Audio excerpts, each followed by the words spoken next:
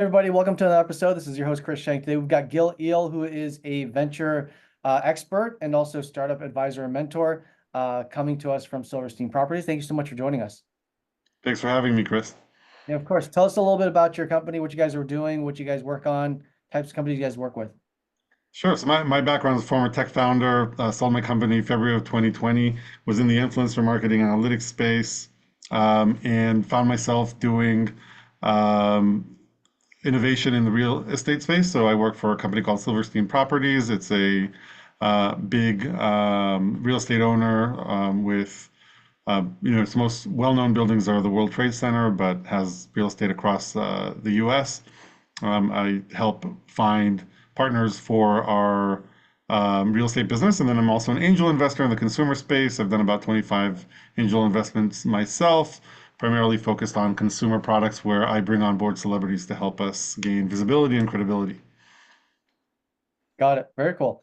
Uh, so kind of just speaking to that, you have a pretty extensive resume, right? Stating going back several decades, but you've spent a lot of time in strategy, growth, marketing, ops, then ultimately becoming, your own startup founder slash entrepreneur.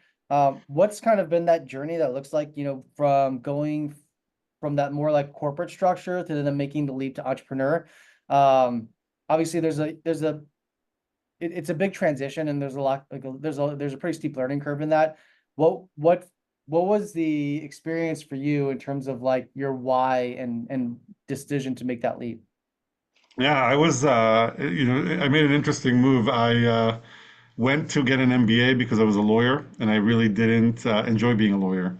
And I thought that if I get into a good school, then corporate America will just wait for me, embrace me with open arms, and be really excited about me. And found out that that wasn't the case, and that other people that have built their professional resume and background were getting selected ahead of me because I was switching careers, and I was at the time had moved to a different country, and I almost accidentally, for being unable to get a job offer from Google or for Amazon, started looking at startups and found myself working for a company called Playdom over the summer during my MBA. And it just so happened that during that summer, Playdom really blew up. It became a really, really big gaming company in the back before, cellular games were a thing. It was all on social networks. And it got acquired by Disney while I was there, not thanks to me. Well, I didn't hurt it, but it wasn't because of me. I was just an intern. But I Sure. got to see what it, for the first time in my life, what it's like to wake up in the morning and be really, really excited about something that you're doing and feel like you're making a really big difference and that um, people are really taking an interest in what you're doing as opposed to kind of these gray things that I used to do before. And I knew that startups were for me. And that led me to completely change my trajectory, finished my MBA, joined a startup as an early employee, and then started my own company, which I eventually sold. But um, I also found that it's a much more stressful and demanding environment than the corporate environment that I was used to. So now that I have sold my company, I said I need to find a happy medium. So I work, my day job is in corporate America, working and finding innovative opportunities for a real estate company. But concurrently, I also do investments in founders and help the ones who are willing to go through the more challenging and difficult CEO type, founder type roles. Got it. And in that experience, like, is there been any, kind of like cycles or themes and trends that you've kind of ran through that, were either like overhyped or underhyped? Obviously we have like quite a few of those things that happen now. And what's your kind of thinking through that, right? I mean, now you've done a lot of like angel investments and we've seen things that we went through like Web3 and we went through metaverse and then now we're in AI and we saw blockchain and crypto take off and and obviously if you go back like a decade plus, we're talking about the boom of the internet, boom of SaaS, and all those things. Some have stuck around, some haven't, in terms of like translate in terms of the overall excitement. But what's been some of those like? How do you think about it from an investment perspective? As to I don't know if you have a core thesis personally, or it's kind of like just trying to figure out, whether you're more agnostic and it's just more founder based. But how do you think about those things, and how do you make your investment decisions? So we have a variety of ideas about how we choose the right companies to invest in, and there are a few things that they'll all have in common. We want an amazing founder, we want someone that could be trusted, we want them to be innovative, we want them to really understand their space. And in a perfect world, we want to see a paradigm shift happening, right? We want them to arrive at the right time to a paradigm shift. So you mentioned the internet, that was a huge paradigm shift. Suddenly, things were going online. And then mobile was obviously another huge paradigm shift. And potentially AI is a huge paradigm shift as well. And so there's opportunity to hopefully hitch your wagon to somebody who's not only innovative in this space, but has come at the right time and has figured something out about AI that will allow them to build a different kind of company than the ones that have been built before. It could be more efficient, can be and could grow to become very, very valuable. But if we sat around and waited for paradigm shifts, then we'd only be investing every couple of years, and it'd be really, really difficult. So the other angle we look for is really just a really, really good founder with a really, really good product, where we think there's a chance to win a fast-growing market. Um, as investors, we can't afford to be number five or six in most markets because they're not big enough. So it has to be a player in a big market that is a really impressive player with a chance to win that market. If I had to like really, really simplify it, and I wish I could say that we're all numbers but there's also just a gut feeling. And when you meet them, sometimes you feel like I just need to be in business with this person. So it's not all analytics, it's not all logic, but those are kind of the ingredients we want to find in an investable opportunity. As far as you mentioned different spaces, AI right now is really like a very broad term, similar to the metaverse, which really, if you think about augmented reality, it's not gone. Yep, There are use cases for augmented reality, but if you insisted on calling yourself a metaverse company, then you're kind of stuck, right? Because it never really materialized. Maybe it will someday, but it took a lot longer than some people thought it would. With AI, it's a little bit of the same thing, which is we look for real deep AI technology, not okay, that ChatGPT has now provided me with some abilities that I wasn't able to do before, and I'm going to build a company around that. Um, and I'm going to call it an AI company. And while that may end up being a big company, you may be the winner. It's a much more competitive and difficult space to win because everybody has access to those same resources that you do. absolutely. On that note, curious as to, what's some of the stuff that you've seen, or is, yeah, today, as well as like the recent, past, uh, in terms of some of the bets that you've made that might have been a little bit different than you may have thought of towards, in your previous investment years, um, in terms of like the evolution of the thought process. Yeah, I Is mean, the biggest change is really how fast we want companies to make revenue.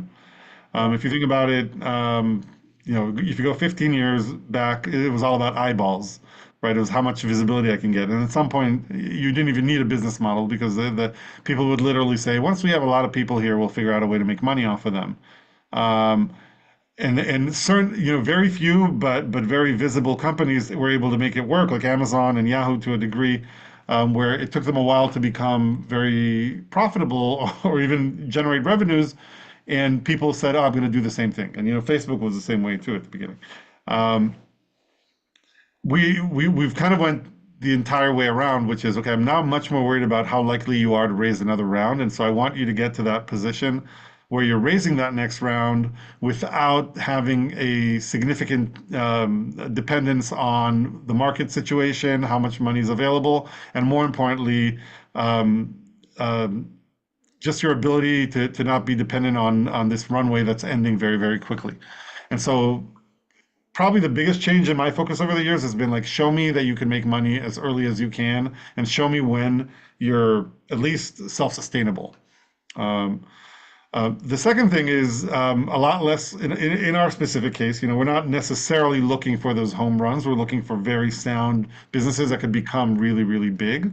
mm, And so we're open to a lot of markets that we otherwise wouldn't have invested in. Most of my investments, surprisingly, come in the consumer product goods space, which is mm, traditionally not a space that VCs at all invest in, or very few VCs would, mainly because a lot of the companies sell early and a lot of the companies just become really, really profitable, and there's no real push to sell if your company is just printing cash.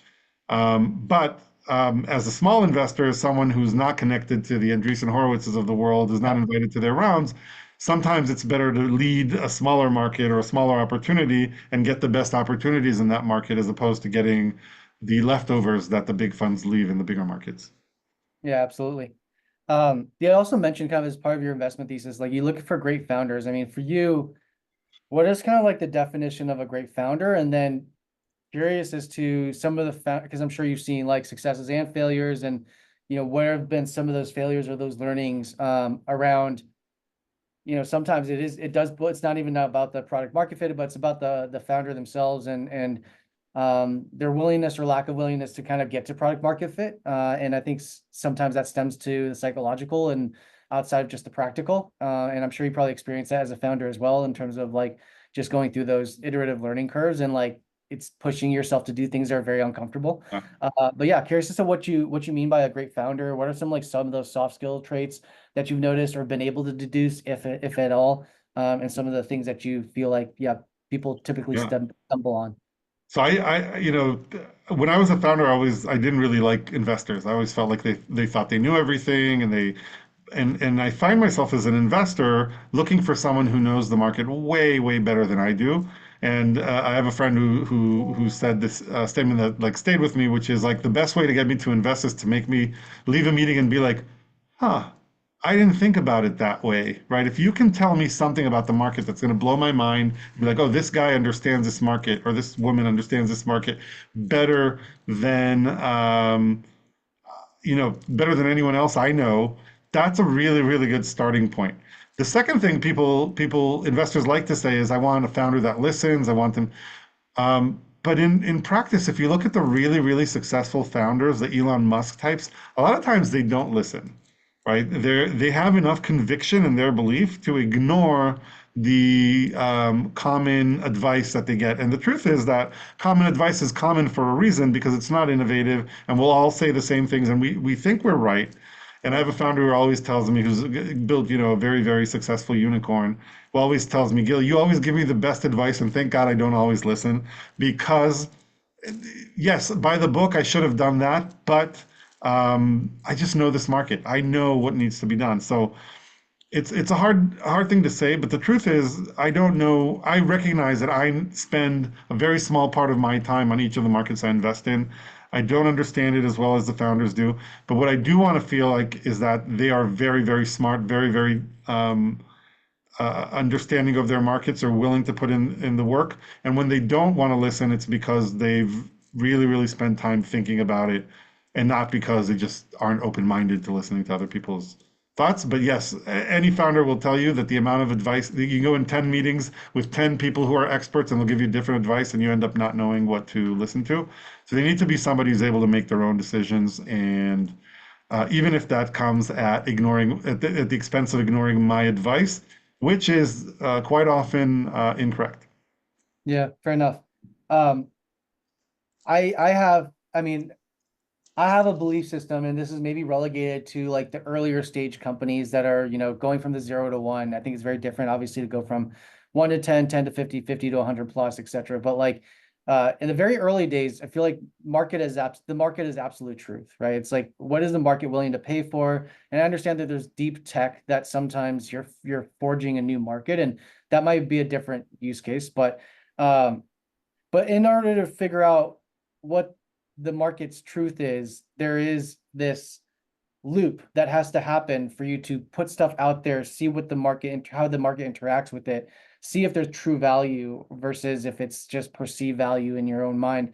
Um, and I feel like and you mentioned like a lot of founders that need to just have that conviction. Is there a certain stage that you feel like that actually is more pertinent to than others, or like, because there Well, are those founders in the yeah, early stages going from 0 to 1. It's like trying to push up a hill that's like the market is completely opposite of that, and more oftentimes than not, it ends up not working out. But I'm curious as to your thoughts. yeah, no, I think you hit on a very important point, which is, this mentor of mine. He doesn't might not know that I view him as that, but he's an investor who's invested in over 100 companies, and he said to me something really smart, which was that he probably 95 out of those 100 companies or so are doing something different than what they told them they would do, and thank God. Yep. and that the most successful ones are doing something that's at least somewhat, if not a lot, different than what they pitched. And it's because you need to listen to the market. And when I was speaking about founders who get this conviction and that they know better than I do, it's because they listen to the market and because they're Uh, willing to see and try and realize that things aren't working or that they need to move 90 degrees this way or 10 degrees that way or 180 degrees and do something completely different. Um, I can tell you that my company that I sold, we shifted our product 4 times before somebody was willing to pay for it. And then mm, we shifted it again because we realized that yes, people are willing to pay for it, but it's just not a big market. yep. And so you have to be willing to do that, and you have to have the stomach to go and tell all these investors who are like, wait, but you told me you're going to do something else and don't really understand the business and tell them that you're going to do something else. So yes, 100% support, especially in the early stage, pivoting and trying and failing and recognizing that failure is also a little bit of a success because it saved you a lot of effort that you would have spent, going in that direction that turns out to be wrong.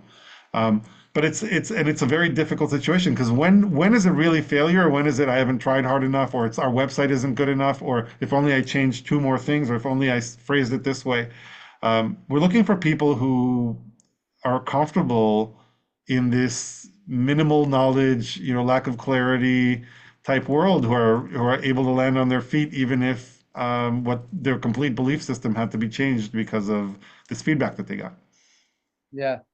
Um, yeah, and working with a lot of these early stage founders, I feel like what ends up happening, and their biggest bottleneck is themselves, where they tie their identity to their idea. And that's where it's like if they put it on the market and it doesn't have that validation, it's almost like a ding on their own self-worth, which is not how business should be run, right? But I think like to that point, you had mentioned that you had gone through personally like if 4 different pivots and or 5 ultimately, but what how was that experience for you? I guess like, what if you can go back and try to remember like firsthand It's to, rough. yeah. It's Talk about it. I feel like because you there's a lot of become, founders that, when you're a founder, especially a first-time founder, but I would imagine also like later, though I haven't started another company, but it becomes your identity. You're no longer Chris or Gil. You're Chris from Lead Pro, and I'm Gil from HYPR, and such a big component of your circle knows you as that person and you told them certain things and because of who you are and because you're a founder your job is to be the number one cheerleader and to always project positivity and then 2 weeks later you have to go and tell them remember all that positivity um, actually no, right, we're going to do something else. It's a very very hard place to be in and probably the main reason why I'm not in a hurry to start another company because I am not built to do that. There are people who have stronger resilience and a better ability to kind of sleep at night knowing that this might happen. And I really, really struggled with it. But I'm looking, when I look at myself, I say as a founder, I was probably a B or B plus player. I'm a much better investor than I'm a founder. I think I'm looking for people who are better founders than I was in that they can bounce right back when this happens. And they don't need 3 days to kind of wrap their head around it. It's like, okay, we're now we're switching the map, we're now going this way and we can gain the same level of conviction that we had a day before but now we're going this way. yeah, that's so interesting though. Like now that you have the different side of the hat on in terms of the vestor hat, it's almost like you would be championing or cheerleading on the younger version of yourself to just be more decisive, I guess, on the pivot and on and then finding that clarity versus how we internalize it or personalize it when we're going through it in the first person, right? It's so Yeah, interesting. and I was really really lucky to have a few people around me that were supportive that helped me go through those shifts and probably would not have gone through some of those shifts without their support. Mm, um, so I try to be that now. I try to be that guy who's there to tell the founders, one, you can tell me what's going on because the assumption is you're going to make mistakes. You're never going to get. I'm not going to sit there and lecture you. Why did you do this instead of that? That's never the place I'm going to. You're going to find me. I'm going to be there with like, okay, let's understand together where we are, what the options are. I'll try to help you think through them, and and I recognize that it's ultimately your decision on how to do things. Mm. And that's something that a lot of investors, I think, struggle with. But investors who were founders before might have a little bit of an advantage in that area. Um, it's very rare. It's only happened once that I can think of where you recognize that there's such a disparity between how you and how the founder are thinking about the business that it led me to a point where I said, "Wow, I just can't work with you anymore." And you kind of write off that loss because I'm not a big enough investor to try to take over a company or anything like that.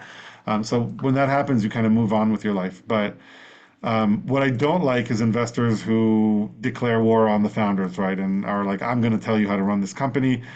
Unless you plan on spending 100% of your time on this, there's no chance you understand it the way that the founder does. Fair enough. Interesting. On that note, kind of a few things to wrap it up here, but what's kind of the things nowadays? I know you're kind of wearing a few different hats, investor, and then also, working with Silverstein, but um, what what's you mentioned, that first experience working with that first startup and then just like having that moment of like feeling that excitement in the mornings and like, really pumped up to kind of be involved. And I would say probably because of like the degree of ownership that you have in a startup is vastly different than it is in corporate. But you're kind of like treading between both sides right now. What does give you that excitement nowadays? And is Yeah. it one versus the other? Is there more, or is it kind of a good balance right now? And where do you see that, in the future for you? Yeah. I mean, I love working with founders, and I kind of get to be the cool uncle as opposed to being the dad, you know? So I always tell people like being the cool uncle is so much better than being the dad sometimes because it comes with none of the obligation, right? The worst thing that could happen to me is I lose some money. The best thing is the company blows up. We have a lot of fun on the way. I'm invited to the end of the year party, but I don't have to organize it, you know? Oh, So it's kind of a happier place for me today. I will eventually, some point in my life, become a founder again because, when it's in your blood, it's in your blood. But right now, it's much more comfortable for me to do, and I feel like I bring value to younger founders who need that support, who need that mentorship that I received from other people. Um, and I sleep better at night. I don't, I don't have these anxiety attacks that you have as a founder, and so I think it's a better place for me right now. May change down the road. fair enough. Last question here is, what's been one of the greatest pieces of advice that you've gotten from like a mentor, from one of those advisors, that you would like to share or reshare, I guess, to other aspiring founders? Let me think about that one for a second. Um, well, here's one that's really good. Uh, no matter what really, really bad thing happened to your company, and actually, I'll maybe kind of restart that one. We had a situation where one of our employees was caught, stealing money from the company, and to me, it was, heartbreaking. And I walked over to one of our investors and I told him the story, and I was very, very nervous, about what to do and everything. And he pulled out a list of the top 100 law firms in the US and he goes, "Hey, Gil, take a look at this. How many of these do you think are dealing with exactly your case right now?" And I was like, probably every single one of them. He goes, "Okay, so pick one, assign it to them, and go close some new business." He literally said this to me. He says, "You have 15 minutes to grieve your relationship with this guy and move on." And that was something you have to do as a founder. It's difficult to do, but I highly, highly recommend it to other founders, which is remember that um, building a startup is a million things at once, and bad things and good things will happen. And you take 15 minutes to celebrate the good things and move on to the next thing. Take 15 minutes to grieve the bad things and move on to the next thing. And it's the only way to it's the only way to maintain sanity in the crazy founder world. Yeah, for sure. Awesome. Very cool. On that note, I want to say thank you so much for taking the time and sharing just your journey, your insights, your guidance and advisory. I think it was super helpful for a lot of people who listen. Thanks for having me. It's so much fun to be here. Awesome.